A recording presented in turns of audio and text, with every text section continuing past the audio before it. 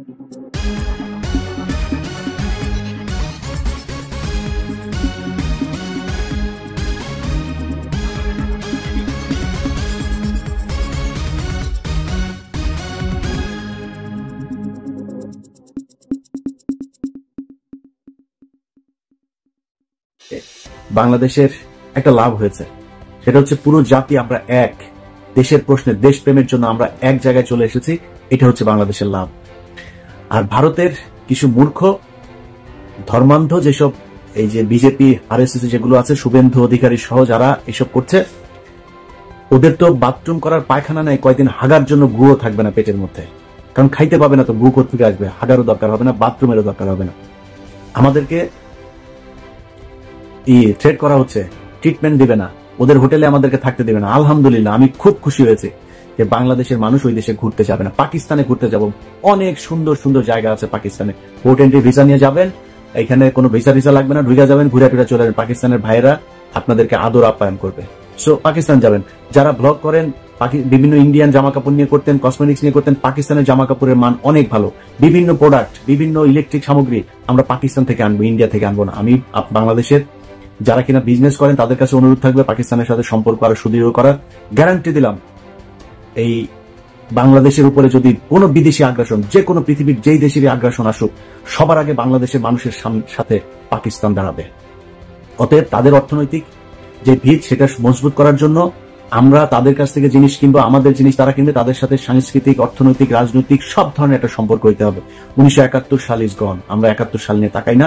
71 সালের মতো বাংলাদেশ পাকিস্তান জীবনে কোনোদিন আলাদা হবেও না। এটা একসাথ করার সময় ব্রিটিশদের চাল ছিল, একটার ওই মাথায় একটার এই মাথায়। সো এটা এমনিতেই আলটিমেটলি থাকতো না।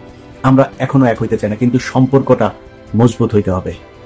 আমার দেশের কোনো সমস্যার জন্য যাতে পাকিস্তান তাদের পারমাণবিক অস্ত্র থেকে শুরু করে যা যা প্রয়োজন, সেটা যাতে আমরা মনে করতে পারি এটা আমাদের, এবং ভারত সেটার জন্য যেন ভয় পায়, আমাদের সেই সম্পর্কটা তাদের সাথে থাকতে হবে। অতএব আমরা পাকিস্তান যাব। যারা চিকিৎসক, আপনাদের কাছে অনুরোধ, আমাদের এখন সবচেয়ে বড় সমস্যা যেটা আমরা মনে করছি, যে না পারতে অনেক মানুষকে ভারতে যেতে হয়। আপনাদের বাংলাদেশের চিকিৎসকদের কাছে হাত জোর করে অনুরোধ করছি, বাংলাদেশে অনেক খারাপ ডাক্তার আছে, অনেক খারাপ হাসপাতাল আছে, অনেক ভালো মানুষও আছে। অতএব ভালো মানুষ, ডাক্তার যারা আছেন, ভালো মানুষ, বিজনেসম্যান যারা আছেন, আপনাদের কাছে অনুরোধ, গাজীপুর, নারায়ণগঞ্জ, সাভার, অন্তত এইসব জায়গাগুলোতেও, বিভাগীয় শহর, এই জায়গাগুলোতে যদি বড় বড় কিছু ভালো ভালো হসপিটাল করেন, যেটার এই ডাকাতি করবে না, রিপোর্ট করার নামে, টেস্ট করার নামে মানুষের গলা কাটবে না, এরকম অন্তত সারা বাংলাদেশের 10 জন মানুষ কি আপনারা নাই? 10 জন মানুষ 10টা জায়গায়, বিভাগীয় শহরগুলো সহ ঢাকার এই শহরতলি জায়গাগুলোতে কয়েকটা হাসপাতাল করেন। আমার বিশ্বাস বাংলাদেশের মানুষ এখানে যদি ভালো ট্রিটমেন্ট পায় তাহলে বিদেশে যাবেন। আপনাদের কাছে অনুরোধ, ডাক্তারদেরকে এগিয়ে আসতে হবে। সো আপনারা এটার ব্যবস্থা নেন। আমার যতটুকু গ্রহণযোগ্যতা আছে, আমার যতটুকু পরিচিতি, আমার সোশ্যাল মিডিয়াতে যতটুকু মানুষের কাছে যেতে হয়, আমি আপনাদের এই হাসপাতাল করার জন্য যত প্রচারণা দরকার আমি আমার জায়গা থেকে করব। সবগুলো ক্ষেত্রে আমি আপনাদের সাথে থাকবো। আপনাদের কাছে অনুরোধ, এই চিকিৎসা খাতটাকে একটু বাঁচান, বাংলাদেশের মানুষ যাতে আর ইন্ডিয়াতে চিকিৎসার জন্য যেতে না হয়। অতএব আমরা যেই অবস্থাটা দেখছি, এটাতে আমার বিশ্বাস ভারতের এখনো ক্ষতি হচ্ছে, সামনেও ক্ষতি হবে। কারণ আমাদের ভেতরে যে দেশপ্রেম, যে ভারত বিরোধী আমাদের যেই মানুষের ভেতরে একটা সেন্টিমেন্ট তৈরি হয়েছে, সেটাকে তারা আরো পোক্ত মজবুত করছে, শুধু একটা দল ছাড়া, সেটা হচ্ছে এই আওয়ামী লীগ। অতএব ওদের বাপের জন্ম হয়েছিল অবৈধভাবে, ওর বাপের হচ্ছে ইন্ডিয়ানরা, আর ওদের ভিতরে রক্তটাও ঢুকে আছে। ওইটা যত আওয়ামী লীগ যারা করে সবগুলি হচ্ছে গিয়া ওদের এই রক্ত হচ্ছে গিয়া, মানে ওরা সব জাউরা। এই জাউরাদেরকে কোনোদিন আপনি পাবেন না। এখনো পর্যন্ত তেনা পেঁচায়া পুচায়া ওদের গ্রুপগুলোতে, আমার আগের প্রোগ্রামটা করেছি না, সেখানে আমি তো ওদের গ্রুপের মধ্যে ছিলাম। সেখানে ওদের কাজ হচ্ছে বিভিন্ন ধরনের আপনার করা, এই যে বানানো, কি বলে, রিপোর্ট, এগুলোরে ওরা এই আমেরিকাতে, তারপর ইউরোপের বিভিন্ন দেশের বিভিন্ন গোয়েন্দা সংস্থার কাছে ওরা এগুলো পাঠাচ্ছে। সেখান থেকে নিজম মজুমদার ওগুলি ইমেল অ্যাড্রেস দেয়, এই ইমেল অ্যাড্রেসে এইটা লিখে লিখে পাঠান, এইভাবে লিখে দিচ্ছে।